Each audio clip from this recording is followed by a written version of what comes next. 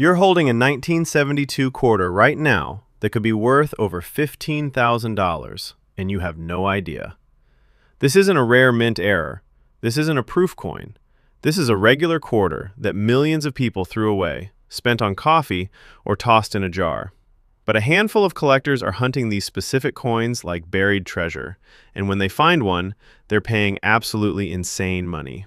I'm about to show you exactly what separates a 25-cent piece of pocket change from a coin that could cover your rent for months.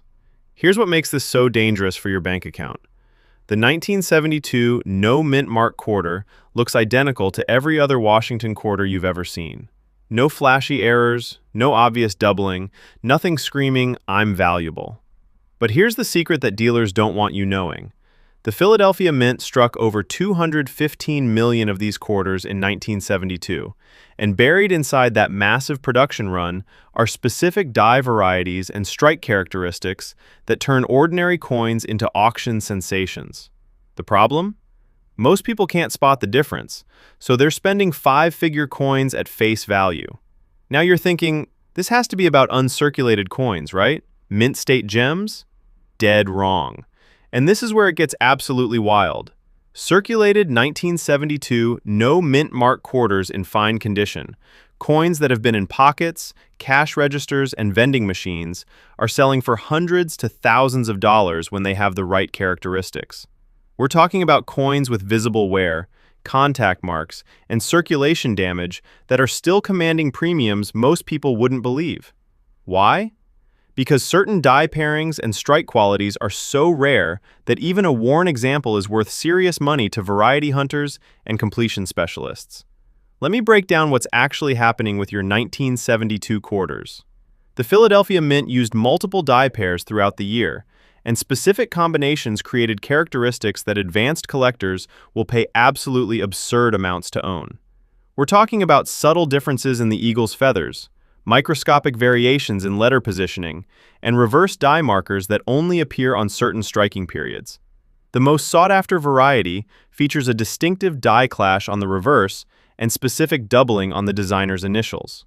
Coins showing these traits, even in circulated fine condition, have sold at auction for $800 to $3,200 depending on exact grade and eye appeal. Here's where your profit lives or dies. Understanding what fine condition actually means for a 1972 quarter, and why it's not the death sentence you think. Fine condition means moderate to considerable wear, with the major design elements still clear, but finer details worn smooth. For a Washington quarter, you're looking at readable lettering, visible but flattened hair details, and a clear date. Most collectors skip right over fine condition coins, which is exactly why smart buyers are scooping them up. The population reports show that certain 1972 varieties have fewer than 50 examples certified in fine condition, making them scarcer than many higher-grade coins. Scarcity equals demand. Demand equals price explosion. Let's talk real numbers from actual auction results, not fantasy price guides. A 1972 no mint mark quarter in fine condition, no special variety, sells for face value, or maybe $1 to a roll searcher. That's your baseline. But when you find a Type B reverse variety in fine condition, you're looking at $150 to $400 at auction. The rare die clash variety in fine grade? Documented sales between $600 and $1,200. And here's the absolute ceiling breaker. A 1972 Philadelphia quarter with the full strike variety and die markers, even in fine condition, sold for $3,180 at a heritage auction because it was one of only 12 examples known in any grade. The condition doesn't matter when the rarity is extreme enough. You need to know exactly what to look for, or you're just staring at 25 cents. First, flip that quarter to the reverse. Examine the eagle's breast feathers using at least 10 times magnification. The valuable Type B reverse shows pronounced separation between the feather lines with distinct sharpness even under wear. Next, check the designer's initials, JF, below the eagle's tail. Certain dies show doubling or thickening on these letters. Now here's the critical marker. Look for die clash evidence, which appears as faint raised lines on the obverse near Washington's neck, and on the reverse in the field areas. These clash marks prove your coin came from a specific, rare die pairing. Even in circulated fine condition, the grade modifier matters enormously to your selling price. A coin graded fine 12 will sell for significantly less than fine 15, even though they're both fine condition. Why? Eye appeal and strike quality within that grade range.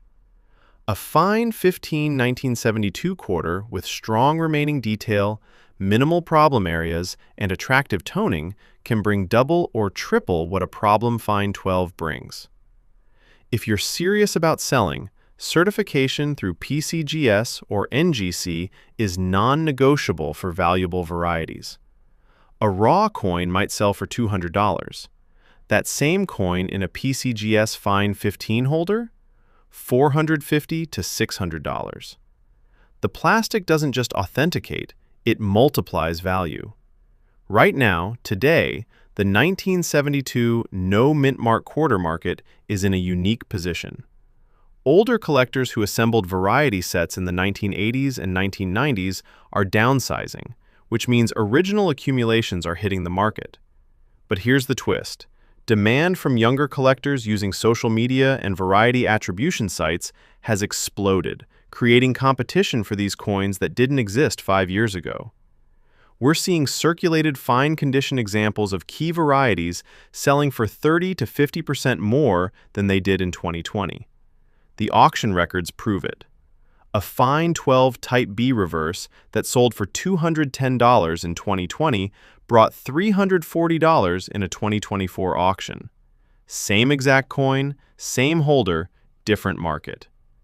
If you've identified a valuable 1972 quarter in fine condition, how you sell determines whether you get $100 or $1,000. Selling to a local coin shop? Expect 40 to 60% of actual value maximum. They need to make profit, and they don't specialize in varieties. eBay can work, but you're competing with hundreds of listings, and buyers are skeptical of raw coins. The winning strategy? Get the coin certified first, which costs $20 to $40 depending on service level and turnaround time. Then consign to a major auction house like Heritage, Stack's Bowers, or Great Collections. Their platforms attract serious variety collectors with deep pockets. A certified 1972 variety quarter in fine condition at the right auction will bring every dollar of value, sometimes more when two determined bidders go to war. Before you run to your change jar, understand this. 99% of 1972 no mint mark quarters are worth 25 cents. Maybe 50 cents to $1 if they're exceptionally nice. You're hunting for the 1% that have the specific die characteristics that create value. Get yourself a decent loupe or magnifying glass, minimum 10 times magnification. Learn the variety markers from trusted attribution guides like Konica or Variety Vista. Compare your coin to certified examples in online auction archives. And here's the ultimate test. If you think you have a valuable variety, post clear photos in a coin forum or send them to a variety expert before spending money on certification. 5 minutes of verification can save you from certifying a common coin, or better yet, confirm you're sitting on a 4-figure quarter. That 1972 no mint mark quarter in fine condition could be the most valuable coin in your possession right now, or it could be worth exactly what it says on the face. The only difference is knowledge and verification. Check every single 1972 quarter that crosses your path, because the next auction record could be sitting in your pocket.